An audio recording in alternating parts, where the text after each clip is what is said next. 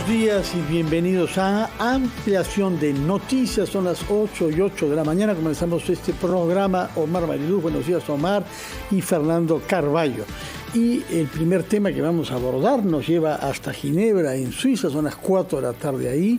Ya intervino el ministro de Trabajo del Perú, Fernando Varela, en una conferencia internacional que se lleva a cabo en la sede de la Agencia de la ONU para el Trabajo, la OIT, basada justamente en esa ciudad suiza. Señor ministro Varela, muy buenos días y bienvenido a RPP.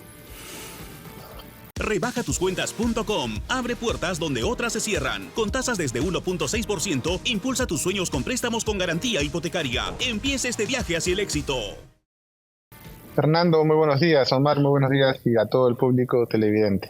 Tenemos entendido que usted enfocó su conferencia o su intervención ante la Asamblea de la OIT desde el punto de vista de la prioridad dada por su gobierno a la formalización de los trabajadores en el Perú, y que mencionó incluso la cifra de 700.000 personas que pretenden incorporar al trabajo formal. Cuéntenos, por favor, cuáles son las estrategias para cumplir un tal objetivo.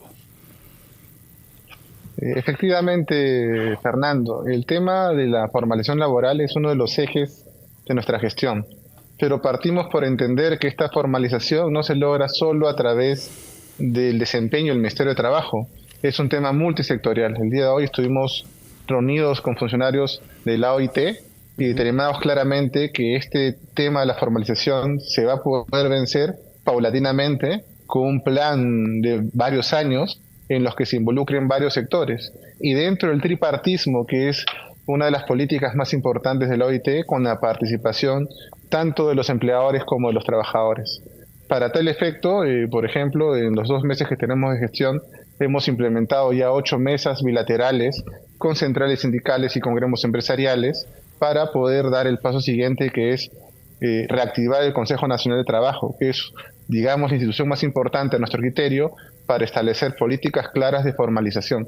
De nuevo, la formalización lamentablemente no se va a poder, digamos, resolver en un año o 2. Lo que necesitamos es un gran acuerdo que nos permita que cada gobierno que llegue paulatinamente se vaya comprometiendo con reducir estos índices tan altos de informalización laboral. Y ministro, ¿cómo está? Ante todo, muy buenos días. Omar Mariluz lo saluda, y en esa estrategia por formalizar, ¿cuáles van a ser las medidas o los planteamientos, al menos concretos y potentes, que va a tratar de impulsar el Ministerio de Trabajo, el gobierno? Porque entendemos que la informalidad laboral parte justamente de desincentivos para ser formal. Muchas veces los desincentivos tienen que ver con lo complicado que es ser formal, lo costoso que es ser formal, el debilitamiento de la economía. Entonces, ¿cuáles van a ser esos planteamientos, esas medidas concretas para generar justamente un motor de formalidad en el empleo? En primer lugar, vamos a hablar de del fortalecimiento de la SUNAFIL. Si bien no es un incentivo, sino pedir que se cumpla con lo establecido en la norma, la SUNAFIL tiene que tener otro criterio. En primer lugar, hay que partir por reconocer que la SUNAFIL, como autoridad inspectiva de trabajo, tiene poco menos de 800 inspectores para todo el país. Esa es una cifra insuficiente, creo que podemos acordar ello. Entonces, una de las políticas es fortalecer la SUNAFIL con mayor recurso humano. Pero no solamente recurso humano, sino hacer una reforma del procedimiento, una reforma de las competencias, hacer que el recurso humano que tenemos en este momento sea más eficiente. Eso tiene que venir acompañado efectivamente de mayores políticas en las cuales nosotros tenemos que incentivar a las micro y pequeñas empresas en su gran medida a participar de la formalidad. Y eso estamos también trabajando de la mano con el Ministerio de Economía y Finanzas, con Produce, por ejemplo, y con Mincetur, a efectos de buscar esos lineamientos de una política nueva, de una norma nueva sobre relación de micros y pequeñas empresas para incentivar la formalidad. Pero también es importante que el ciudadano común, ese ciudadano que muchas veces, y hay que reconocerlo también, Omar, no quiere estar en planilla, reconozca que eso es un craso error. Al ciudadano que nos está escuchando, ellos tienen a su disposición una aplicación que se llama Verifica tu Chamba, que es una aplicación que a través de la SUNAFIL cualquier trabajador puede verificar si está en la planilla electrónica. Debe entender el peruano y el ciudadano peruano que no ser formal a la larga no nos va a permitir jubilarnos ni contar con un seguro de salud. Y siempre lo repito, Seguramente cuando estemos en edad de jubilarnos y no podamos hacerlo, nuestra familia, nuestros hijos con mucho amor nos van a atender, pero estamos condenándolos a que ellos pospongan sus propios proyectos con tal de cuidarnos. Entonces es una tarea de todos. E incluso hemos involucrado en esa plataforma a los sindicatos. Entenderás, por ejemplo, en mis mesas bilaterales que muchas veces he visto que las plataformas de lucha de los sindicatos no incluían la formalidad, incluían aumento de remuneraciones, mayores beneficios. En estas mesas bilaterales estamos concluyendo y de forma asertiva con todos los actores que una plataforma también debe ser la formalización, que a la larga, Omar, y con esto termino, sí, los va a hacer más fuertes en la medida que va a haber más trabajadores que puedan sindicalizar. Y en ese sentido de la formalidad, me gustaría saber cuál es la posición concreta del Ministerio de Trabajo sobre lo que piden los sindicatos, que es el incremento del sueldo mínimo. Han pedido incluso hasta 2.500 soles. ¿Hay una postura concreta del gobierno, del Ministerio de Trabajo, sobre el sueldo mínimo en este momento, entendiendo esto, digamos, en esta estrategia de formalización?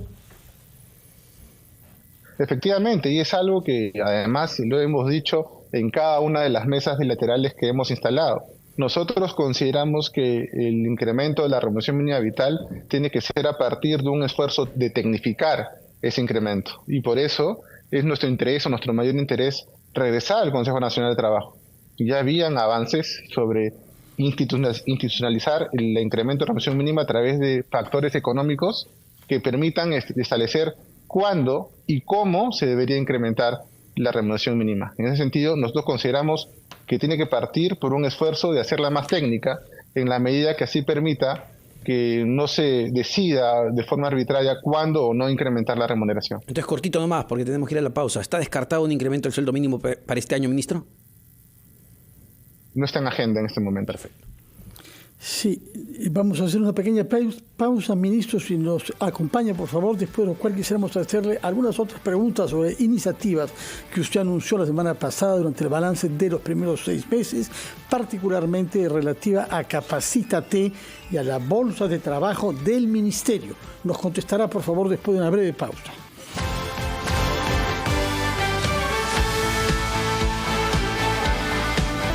Estamos conversando con el ministro de Trabajo, señor Fernando Varela, quien esta mañana participó en el Consejo Mundial del justamente Trabajo en Ginebra, sede de la Organización Internacional para este campo de la ONU.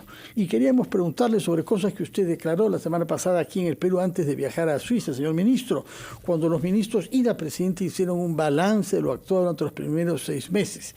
Usted se refirió al programa Capacítate y dijo que 500.000 ciudadanos habían participado en este programa que aumenta sus posibilidades de empleabilidad. Y habló también de la bolsa del trabajo que existe en el ministerio, en la cual se habrían inscrito 25.000 ciudadanos. Cuéntenos el detalle de estos 2 programas, por favor, que imagino que habrá sido algo que usted ha presentado también a sus colegas en Suiza. Recordemos que 187 países del mundo participan en la reunión en la que está usted ahora. Con mucho gusto, Fernando. Cuando hablamos del programa Capacítate, tenemos que tener en cuenta un error que tenemos estructural. Uh-huh. Los jóvenes, en su mayoría jóvenes que son los que sufren los temas de desempleo, salen de la escuela sin mayor preparación. Entonces hacen un camino. Salen de la secundaria, se tienen que buscar una especialización técnica, de repente del mejor nivel posible, y luego tienen que emplearse. Ese, digamos, es un camino tortuoso. Por eso, déjenme adelantar un poco, el Ministerio de Educación ha decidido iniciar un programa donde retomamos a esas escuelas secundarias que resuelven el aspecto técnico. Los alumnos salen de la secundaria con un aspecto técnico como era en los años 60, en los años 70. Ese tema es una parte del ministerio que busca darle un concepto de empleabilidad. Pero mientras tanto, el Ministerio de Trabajo no se puede quedar de los brazos cruzados. Tenemos a mucho joven que sale de la secundaria y no tiene una especialización. Entonces hacia ellos está dirigido en su gran mayoría.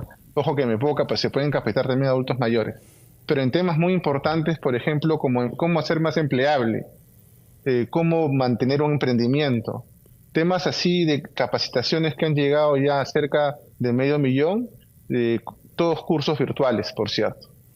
En el tema de la bolsa de trabajo, efectivamente son los 25.000 ciudadanos que a la fecha, estamos empezando junio, se han registrado en esta bolsa, y son 5.000 o más de 5.000 los que a la fecha han podido obtener un empleo formal, que es lo que estamos buscando. Exacto. La informalidad en nuestro país es de 80% técnicamente informalidad y 20% formalidad. Chile tiene la cifra contraria. Acabo de escuchar al ministro de Trabajo de Paraguay, con el que vamos a tener una reunión, que también establece que de 25% de informalidad han podido reducir a 20%. Entonces tenemos que buscar esas experiencias para entender que la informalidad es lo que debemos atacar, pero mientras tanto tenemos que dar ese concepto de empleabilidad a los ciudadanos. La brecha sin duda, señor ministro, es enorme, y yo le quería preguntar si ya en el propio ministerio están haciendo, digamos, una tarea de proyección de lo que puede ocurrir con el empleo una vez que llegue el impacto del fenómeno del Niño, que diversas agencias nacionales e internacionales advierten que se materializaría en nuestro país con intensas lluvias por los meses de noviembre, pero con más fuerza en diciembre, enero. ¿Se está haciendo una proyección de esto, de cuánto podría impactar el fenómeno del Niño en el empleo en el país? Agradezco la pregunta, Omar, en la medida que cuando hemos estado escuchando otras entrevistas en relación al fenómeno del Niño, pareciera que como gobierno no hemos hecho nada, hemos hecho mucho. Uh-huh. Considero que hemos aprovechado estos meses que ya el Ministerio de Defensa ha ido informando en los consejos de ministros sobre cómo se venía el tema del Niño global, y hemos comenzado a tomar acciones. Dentro de lo que corresponde a la cartera, nuestro mayor interés es preservar el empleo y el empleo formal. Uh-huh. Y estamos discutiendo proyectos que busquen incentivar económicamente a empresas formales a efectos de que protejan ese empleo formal y no se vea afectado por los desastres naturales. Por ejemplo, tenemos 2 proyectos que estamos discutiendo en este momento. Económicos, en la medida que se permita que estos incentivos económicos, hoy estamos trabajando 2 proyectos dirigidos, por ejemplo, a aquellas empresas formales que se han visto afectadas por desastres naturales. Uh-huh. Un incentivo para colaborar con el pago de planilla a efectos que el empleo formal no se vea perjudicado. Igual también el tema de las protestas sociales, se busca también incentivar, o se ha buscado incentivar, y estamos trabajando ese proyecto con Mincetur, a efectos de que se preserve también el empleo formal en el sur del país. Solo para precisar, me parece muy interesante esto e importante, es decir, empresas que se hayan visto afectadas por fenómenos naturales o se vayan a haber visto afectadas por fenómenos naturales o conflictos sociales podrían estar recibiendo un apoyo en la planilla para que mantengan empleados a sus trabajadores. Esa sería la idea del proyecto. Exactamente, está dirigido básicamente al empleo formal, que es lo que podemos nosotros como cartera garantizar. En la medida que el empleador formal está debidamente ubicado, se puede a través de la planilla electrónica, con un traspaso de presupuesto, permitir que se les colabore con el pago de la planilla. Y a ver, sí, Fernando. Sí, bueno, queríamos preguntarle todavía algunas cosas. Usted ha insistido en el tripartismo, es decir, la reunión para concertar políticas laborales entre Estado, trabajadores y empresarios. Y de hecho, hay delegaciones en Ginebra también de las 4 confederaciones sindicales que hay en el Perú y de gremios tan importantes como CONFIEP, Sociedad Nacional de Industrias y Cámara de Comercio. Se va a reunir, tengo entendido, con la responsable de la OIT sobre gobernanza y tripartismo. Pero sobre ese tema tenemos serias dificultades en el Perú porque no está activado nuestro Consejo Nacional del Trabajo y no hubo una reunión para decidir una de las más importantes normas que se han aplicado en los últimos tiempos, que es la de la tercerización. Quiero saber qué perspectivas hay sobre el Consejo por una parte y sobre esta norma, habida cuenta de que hay ciertas turbulencias en el mundo sindical porque ayer su ministerio ha decidido anular la inscripción que se hizo precipitadamente bajo Pedro Castillo de un nuevo sindicato magisterial, el FENATE. Contéstenos, por favor, sobre este doble tema, tripartismo y FENATE. Muchas gracias, Fernando, por la pregunta. Efectivamente, hemos tenido hace un par de horas una reunión con Manuela Tomei en la que hemos explicado lo que les vamos a explicar ahora. Cuando llegamos al ministerio, efectivamente, el diálogo estaba quebrado. O sea, no había mayor diálogo. Entonces, desde el primer día de nuestra gestión, primero tuvimos reuniones con las centrales sindicales, uh-huh, explicándole un poco cuál iba a ser la política de nuestra gestión. Recordará Fernando y Omar que yo provengo del ámbito privado. Así es. Entonces tenían una preocupación justa de cuál iba a ser mi acción en temas como usted lo dice, la tercerización. Y así como se lo expliqué a ellos y así como lo expliqué en la Comisión de Trabajo, yo sigo pensando que normas como la tercerización o como la modificación del reglamento de las direcciones colectivas de trabajo son normas que no debieron darse. En primera razón, tienen errores de fondo y de forma, pero si nos vamos a los errores de forma, fueron normas que no fueron consensuadas. Esto significa que ahora que soy ministro dejo de pensar lo mismo, yo sigo pensando exactamente lo mismo, porque soy congruente. Sin embargo, hoy mi misión como ministro de Trabajo me obliga a ponerme en el centro, escuchar a ambas partes. Y eso fue lo que les dije a los sindicatos. Mi primera misión como ministro es escuchar, garantizar que normas vigentes, porque se encuentran vigentes, sean defendidas por el ministerio, pero hacerles ver algo. Por ejemplo, solamente en la norma de la tercerización ya hay una sentencia de primera instancia en un proceso de acción popular. Y esa sentencia, en la práctica, no ha favorecido ni a unos ni a otros. Ninguna de las partes, ni empleadores ni sindicatos se encuentran de acuerdo. Y les dije lo que les dije a los sindicatos y a los gremios empresariales. Esta es una oportunidad. Resolvamos en conjunto a través del tripartismo ese problema y busquemos mejorar la norma, o vamos a esperar la resolución final en segunda instancia que de repente no puede convencer a todos.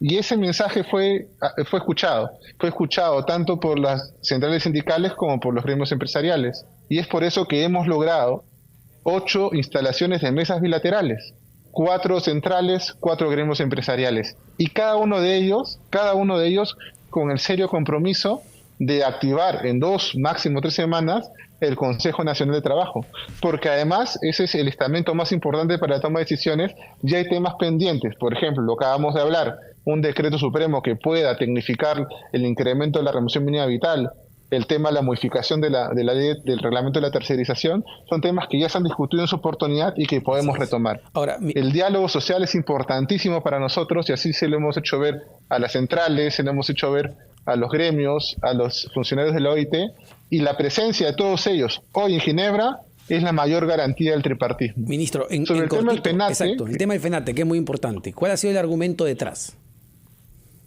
El tema del FENATE es un tema que todavía se encuentra en trámite. Es un tema de un ciudadano a inicios de mayo presentó una denuncia señalando que había vicios de nulidad en la inscripción del FENATE. Eso ha iniciado un trámite administrativo que hoy todavía se encuentra vigente. Y como se encuentra vigente, yo lo que tengo que decirles es que no puedo tener mayor participación porque yo como ministro no puedo tener ni una injerencia positiva o negativa sobre el tema.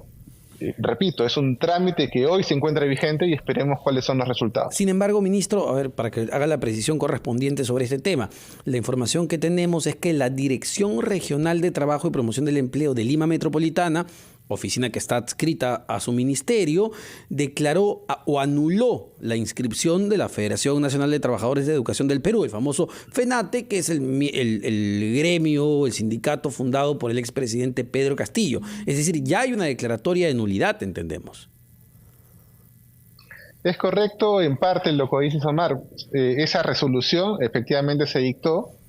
Luego se han percatado que había unas omisiones de forma y lo que se ha hecho es notificar las resoluciones correspondientes a efectos de que se vuelvan a hacer los descargos.